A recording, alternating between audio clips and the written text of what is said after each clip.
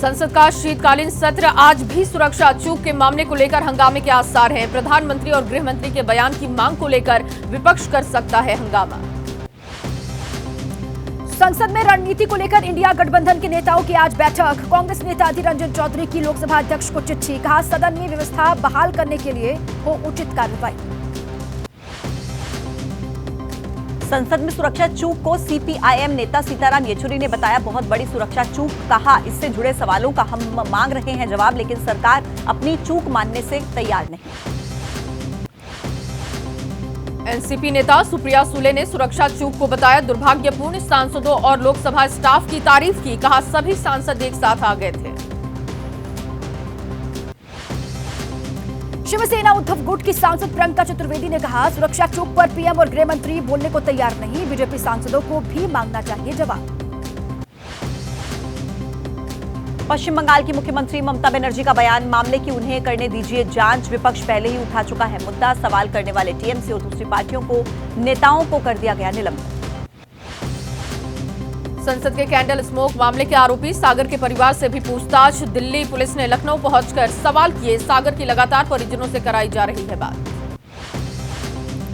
जांच एजेंसियों ने एमपी के सतना में दुकान के मालिक से की पूछताछ। सागर शर्मा ने सतना से खरीदे थे जूते, दुकान की सीसीटीवी फुटेज अपने साथ ले गई जांच एजेंसियां। महाराष्ट्र के लातूर में भी दिल्ली पुलिस की स्पेशल टीम ने की जांच, आरोपी अमोल शिंदे के गांव पहुंची टीम, अमोल के माता पिता का लिया बयान, घर की भी जांच। आरोपी नीलम के परिजनों की पटियाला हाउस कोर्ट में अर्जी, नीलम से मुलाकात करने और एफआईआर की कॉपी की मांग की, याचिका पर आज होगी सुनवाई। प्रधानमंत्री मोदी का वाराणसी दौरा, आज उमराहा में नवनिर्मित सर्ववेद महामंदिर का उद्घाटन करेंगे, कई विकास परियोजनाओं का उद्घाटन और शिलान्यास करेंगे पीएम मोदी। पीएम मोदी ने कहा विकसित भारत संकल्प यात्रा एक प्रकार से मेरी भी कसौटी परीक्षा, मैं आपसे और देश भर से सुनना चाहता हूं कि जैसा मैंने कहा था वैसा हुआ या फिर नहीं। काशी तमिल संगमम में पीएम मोदी के भाषण के दौरान एआई का किया इस्तेमाल, भाषण के जरिए पीएम मोदी के भाषण को तमिल में भी सुन सके कार्यक्रम में मौजूद लोग। काशी ने अपने ही अंदाज में पीएम मोदी का किया स्वागत। इस दौरान पीएम के काफिले के पीछे आ रही एम्बुलेंस को रास्ता दिया गया, तुरंत किनारे हो गया पीएम का काफिला। अंतर्राष्ट्रीय गीता महोत्सव में बोले हरियाणा के मुख्यमंत्री खट्टर, कहा भगवान राम के आचरण पर चल रहे हैं पीएम मोदी, कुरुक्षेत्र में चल रहा है अंतर्राष्ट्रीय गीता महोत्सव। आज से ऑनलाइन चंदा इकट्ठा करने के लिए कांग्रेस का डोनेट फॉर देश अभियान, कांग्रेस अध्यक्ष खड़गे करेंगे शुरुआत, 28 दिसंबर तक ऑनलाइन और फिर चलेगा जमीनी अभियान। महामहिम राष्ट्रपति का आज से 3 राज्यों का दौरा, पश्चिम बंगाल, तेलंगाना और राजस्थान जाएंगे राष्ट्रपति द्रौपदी मुर्मू। आज आईआईटी खड़गपुर के 69वें दीक्षांत समारोह में लेंगे हिस्सा। लोकसभा चुनाव की तैयारियों को लेकर कांग्रेस में बैठकों का दौर जारी, कांग्रेस अध्यक्ष खड़गे ने आज यूपी कांग्रेस के नेताओं की बैठक बुलाई, राहुल और प्रियंका गांधी भी होंगे शामिल। पश्चिम बंगाल के सीएम ममता बनर्जी के दिल्ली दौरे का आज दूसरा दिन, बंग भवन में पार्टी सांसदों से करेंगी मुलाकात, कल इंडिया गठबंधन की बैठक में होंगी शामिल। इंडिया गठबंधन की बैठक से पहले केजरीवाल और ममता बनर्जी की बैठक संभव, अहम मानी जा रही गठबंधन के 2 बड़े घटक दलों आप और टीएमसी के नेताओं की मुलाकात। इंडिया गठबंधन को लेकर बोले नवजोत सिंह सिद्धू, राहुल और प्रियंका जो हुक्म देंगे मानेंगे, हाईकमान के आदेश पर मतभेद भूल जाएंगे, लेकिन पंजाब में नहीं होगा कोई समझौता। शरद पवार ने कहा अभी बूढ़ा नहीं हुआ, मेरे पास कुछ लोगों को सीधे करने की ताकत है। महाराष्ट्र सरकार में शामिल होने के तुरंत बाद अजीत पवार ने कहा था चाचा बूढ़े हो गए हैं। मराठा आरक्षण को लेकर फिर शिंदे सरकार के खिलाफ मोर्चा खोलने की तैयारी, 23 दिसंबर को बनेगी रणनीति। मनोज जरांगे ने कहा मांग पूरी करने में सरकार फेल रही तो आंदोलन होगा। ठाणे हिट एंड रन मामले में तीनों आरोपी गिरफ्तार, आज कोर्ट में किया जाएगा पेश। रविवार को विरोधी पक्ष के नेता अंबादास दानवे ने हॉस्पिटल में पीड़िता से की मुलाकात।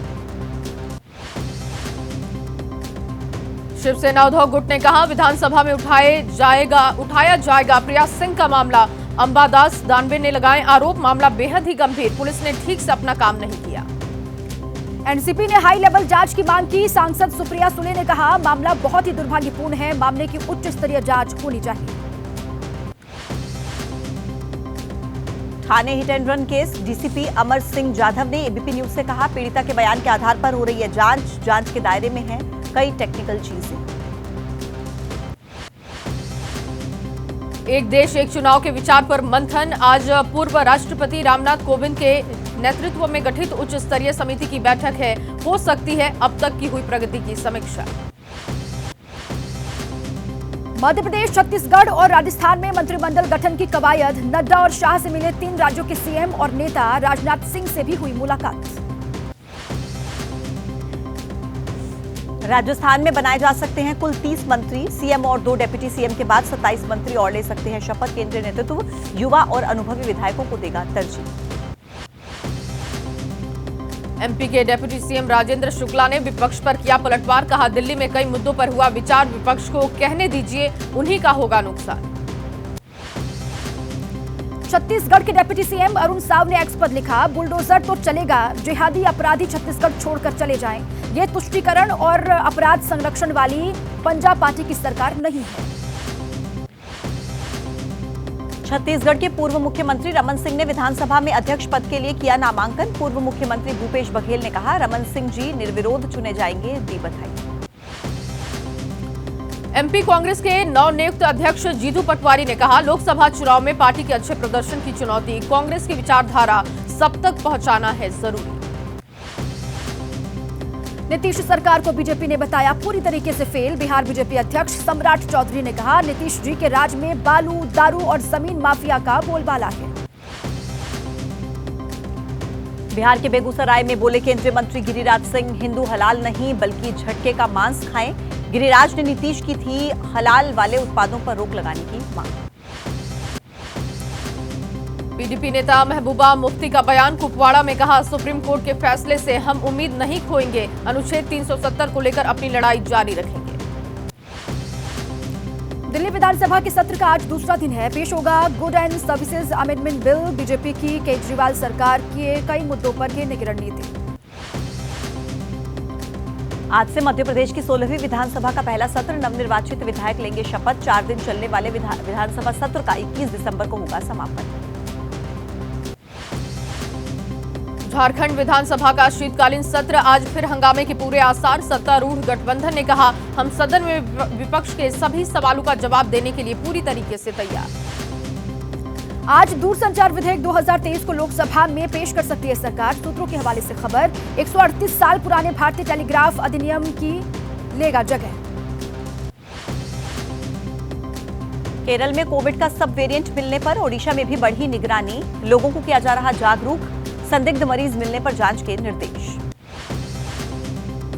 अयोध्या में जोर शोर से चल रही रामलला के प्राण प्रतिष्ठा की तैयारियां। मंदिर को दिया जा रहा भव्य रूप। अयोध्या के गलियारों में हर तरफ राम मंदिर की चर्चा। अयोध्या में सरयू के घाटों को दिया जा रहा आकर्षक रूप। मरम्मत और रंग रोगन का काम जारी है। सरयू नदी में स्नान के बाद ही रामलला के दर्शन का महत्व है। भारत ने रचा इतिहास। एयर डिफेंस मिसाइल सिस्टम का सफल परीक्षण। आकाश मिसाइल ने एक साथ 4 टारगेट्स किए हिट। आकाश मिसाइल से एक साथ कई टारगेट को किया जा सकता है तबाह। हवा में एक ही साथ 4 टारगेट किए जा सकते हैं हिट। मिसाइल की मारक क्षमता 25 किलोमीटर।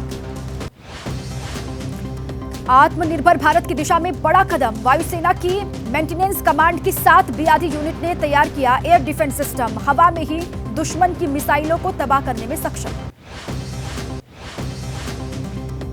आज वाराणसी जिला जज कोर्ट में पेश होगी ज्ञानवापी सर्वे की रिपोर्ट दाखिल करने के लिए दोपहर को 2 बजे का समय। ज्ञानवापी परिसर में 4 अगस्त से चल रहा है ASI का सर्वे। श्री कृष्ण जन्मभूमि और शाही ईदगाह मामले में इलाहाबाद हाई कोर्ट में सुनवाई। विवादित परिसर का एडवोकेट कमिश्नर के जरिए सर्वे कराए जाने की मांग। आजम खान की मौलाना मोहम्मद अली जौहर ट्रस्ट को लेकर इलाहाबाद हाईकोर्ट में सुनवाई आज। यूपी सरकार ने रद्द की थी ट्रस्ट को दी गई जमीन की लीज। फैसले के खिलाफ दाखिल की गई है याचिका। अतीक अहमद और अशरफ की हत्या के मामले में सुनवाई आज। इलाहाबाद जिला अदालत में सुनवाई। तीनों शूटर्स पर फ्रेम किए जा सकते हैं चार्जेस। अखाड़ा परिषद के पूर्व अध्यक्ष नरेंद्र गिरी की संदिग्ध मौत का मामला है। प्रयागराज की जिला अदालत में आज सुनवाई है। मुकदमे के वादी अमर गिरी का बयान होगा दर्ज। राजधानी लखनऊ में नगर निगम की मनमानी, गोमती पुल पर ड्राई फ्रूट बेच रहे दुकानदारों का फेंका सामान। कई दुकानदारों ने लगाया पिटाई और अतिक्रमण के नाम पर परेशान करने का आरोप। नागपुर में विस्फोटक बनाने वाली फैक्ट्री में धमाका, 9 लोगों की मौत, कई लोग जख्मी। हादसे के समय कंपनी में मौजूद थे 12 कर्मचारी। जम्मू कश्मीर के पुलवामा में पकड़ा गया जैश ए मोहम्मद का आतंकी, हथियार और गोला बारूद भी बरामद। 8 दिसंबर से घर से गायब था आरोपी युवक।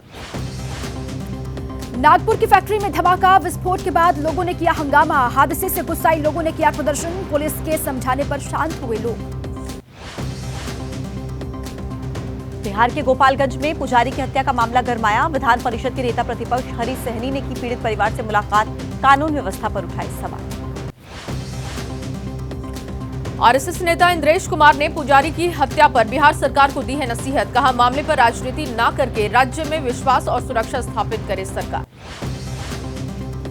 बिहार के दरभंगा में डॉक्टर्स की शराब पार्टी की जांच, डॉक्टर सलीम के नाम से सब कुछ रूम वहां पर बुक था। पुलिस ने एफआईआर दर्ज करके जांच पड़ताल शुरू की। वायरल वीडियो के आधार पर बाकी लोगों की हो रही है पहचान। डॉक्टर्स की शराब पार्टी पर प्रशांत किशोर का बयान, कहा नीतीश कुमार को छोड़कर बिहार के हर शख्स को मालूम है प्रदेश में कहीं भी शराबबंदी नहीं। नासिक पुणे हाईवे पर सड़क हादसा हुआ, ट्रक और कार की टक्कर हो गई। हादसे में 4 लोगों की मौत। हादसे के बाद ट्रक चालक मौके से फरार। ओडिशा के राउरकेला में डायरिया की वजह से 7 लोगों की जान गई। 116 लोगों को कराया गया अस्पताल में भर्ती। शहर में 5 स्थान बने डायरिया के हॉटस्पॉट। गुरुग्राम में मुंबई एक्सप्रेसवे पर हादसा, अंडरपास में पलटी तेज रफ्तार स्कॉर्पियो। हादसे में कई लोग घायल, 2 घायलों की हालत नाजुक। राजस्थान के सीकर में हादसा हुआ। श्रीमाधोपुर में कार और बस की टक्कर हुई। हादसे में 4 लोगों की मौत, 6 लोग घायल। मुंबई क्राइम ब्रांच की एंटी नारकोटिक सेल की कार्रवाई, 266 किलो गांजे के साथ एक तस्कर को गिरफ्तार किया। मुखबिर की सूचना पर कार्रवाई। दिल्ली आईजीआई एयरपोर्ट पर पकड़ा गया सोना, 2 करोड़ 78 लाख रुपए कीमत की 12 सोने की चेन जब्त। ताशकंद से आए एक यात्री से मिला सोना। अभिनेत्री तनुजा की बिगड़ी तबीयत, जुहू के एक अस्पताल में कराया गया एडमिट। फिलहाल ठीक बताई जा रही है तनुजा की सेहत।